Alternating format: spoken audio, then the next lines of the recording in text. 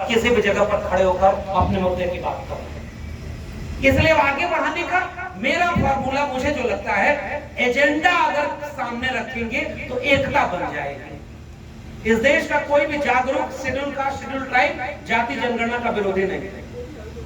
आज जाति जनगणना का समर्थन वो कर रहे हैं, और जबकि जाति जनगणना उनकी होती है, शेड्यूल कास्ट शेड्यूल ट्राइब की होती है, ओबीसी की नहीं होती, अपर कास्ट की नहीं होती। लेकिन सारे लोग मिल करके अगर पूरे देश में जाति जनगणना को एक एजेंडे की तरह ले चले और अगले बहुजन संसद में एक पर्चा ऐसा तैयार हो जिसमें साफ लिखा हो कि अगर जाति जनगणना हो जाएगी तो ये फायदा मिलेगा, अति पिछड़े को ये फायदा मिलेगा, इनको ये फायदा मिलेगा, देश को ये फायदा मिलेगा, मुझे लगता है कि सब लोग एकजुट होना शुरू हो जाएंगे।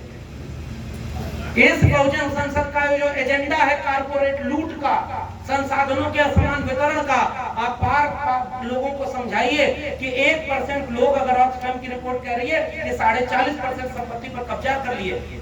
ये पत्थर तोड़ने वाला सड़क पर कौन है? खेत में मजदूरी करने वाला कौन है?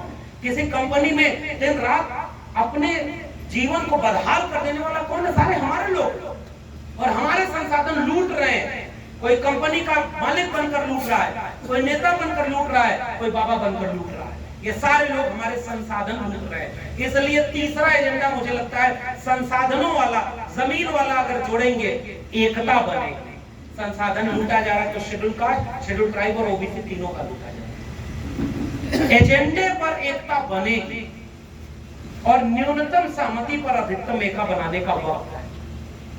मैं गुजारिश करके जा रहा हूं, मेरे पिताजी ने किस्सा सुनाया था।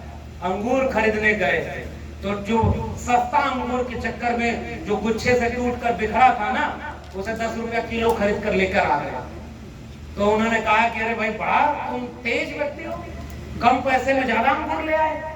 तो कहा हाँ। कहे दूसरा वाला क्यों नहीं ले आए? कहे वो महंगा था। कहे क्यों महंगा था? कहा वो गुच्छे में था। कहे कोई बात समझे? कहा नहीं। उन्होंने कहा कि अगर गुच्छे में रहोगे तो औकात ज्यादा रहती है, अगर टुकड़े में बिक गए तो ऐसे ही औने पौने दाम पर खरीदे और बेचे। आइए एससी, एसटी, ओबीसी मेहनत कश कमेरा लोगों को एकजुट करने के लिए ये गुच्छे जो बिखर रहे हैं ना, इन्हें जोड़ने की हर मंच पर बात करें। नाराजगियां अपार हैं। खेत बचेगा तो फसल का बंटवारा कर लेंगे। खेत अगर बिक गया तो सारी लड़ाई घर की धरी की धरी रह जाएगी। और 2024 का चुनाव सामने खड़ा है। यही गुजारिश करके जा रहा हूं, अगली बार ये श्रृंखला आयोजन है, ये चलता रहेगा।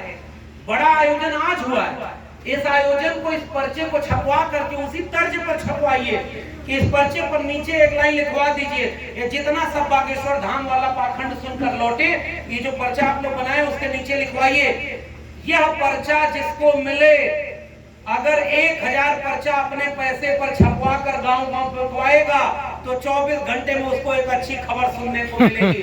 और अगर आपने ये पर्चा फेंक दिया या फाड़ दिया तो आपके घर में कोई अनहोनी हो जाएगी। कुछ हम भी उनका फार्मूला अपना ले, कुछ फार्मूला अपना ले।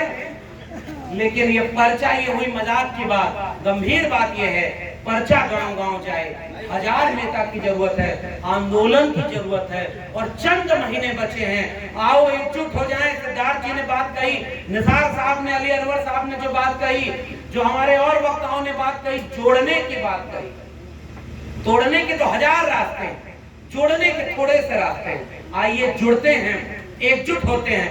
फिर किसी कोने पर मिलेंगे बिहार में, फिर किसी जगह पर उस सांप्रदायिक मनुवादी फासिस्ट रथ को रोकने के लिए हम अगर एकजुट हो गए तो हम चंद महीनों में, और कर्नाटक के चुनाव को मैं इसलिए नहीं देख रहा हूं कि कर्नाटक में चुनाव हो गया तो अब पूरे देश में हार जाएंगे, हम भी जानते हैं नहीं होगा।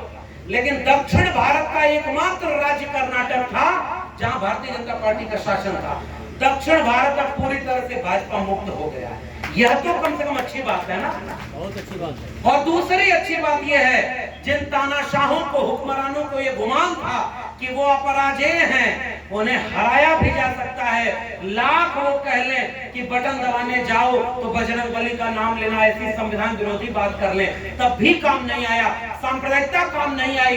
इसका मतलब आओ उत्तर भारत के लोगों, बहुजन संसद गांव-गांव आयोजित करें और 24 में इन मनुस्मृति वालों से भारत के संविधान को बचा लें। तब इस कार्यक्रम का हमारे बोलने और आपके इतनी गर्मी में आपने बैठ करके हमारा बात सुना है।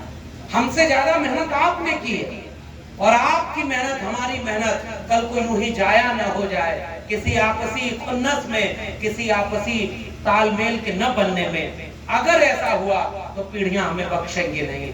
हम जब देव बाबू जैसे पुरखों के वारिस हैं तो नाच से उन्हें याद करते हैं। कहीं ऐसा न हो कि हमारी आने वाली पीढ़ी हमें अफसोस के साथ याद करे कि तुम्हारे पुरखे लायक थे तो तुम सबका लाभ ले लिए और तुम नालायक निकले कि एक ऐसा भारत सौंप कर गए जिसमें भारत का संविधान भी नहीं बचा है। मैं नाच से कहूंगा, तमाम जोखिम उठाकर, आंख में आंख डालकर, जगदेव बाबू, कर्पूरी ठाकुर, तथागत बुद्ध, बिरसा, फूले, अंबेडकर, पेरियार, बीपी मंडल की लड़ाई हम शान से लड़ रहे थे। बहुत बहुत धन्यवाद। जय भीम, जय मंडल, संविधान जिंदाबाद, उल गुलाम जिंदाबाद, इनकलाब जिंदाबाद।